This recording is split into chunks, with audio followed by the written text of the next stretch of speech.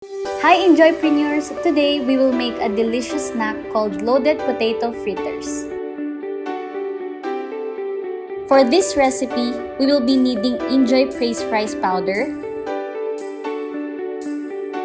3 tablespoons of cornstarch,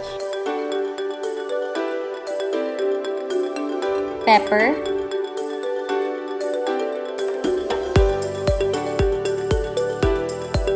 add 500 ml of water,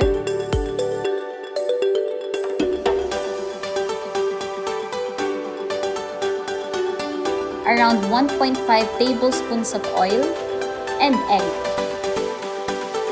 Mix together until it forms into a dough.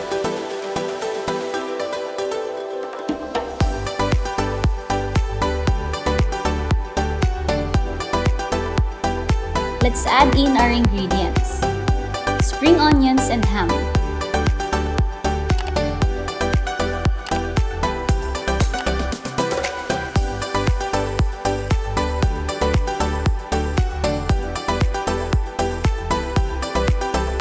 pwede rin kayong mag-add kung anong gusto nyo like cheese or other veggies.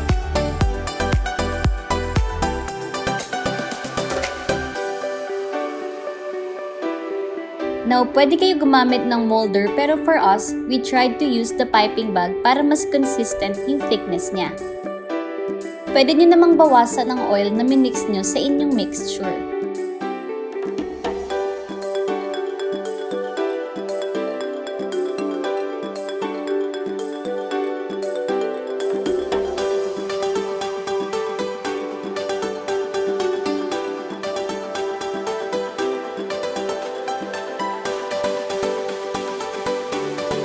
Now fry for 2 to 3 minutes only. Make sure mainit na ang oil at huwag masyadong matagal para hindi dumikit ang oil sa finished product. And that's it! I-dip mo na yan sa favorite inJoy dip mo at iserve na. Enjoy!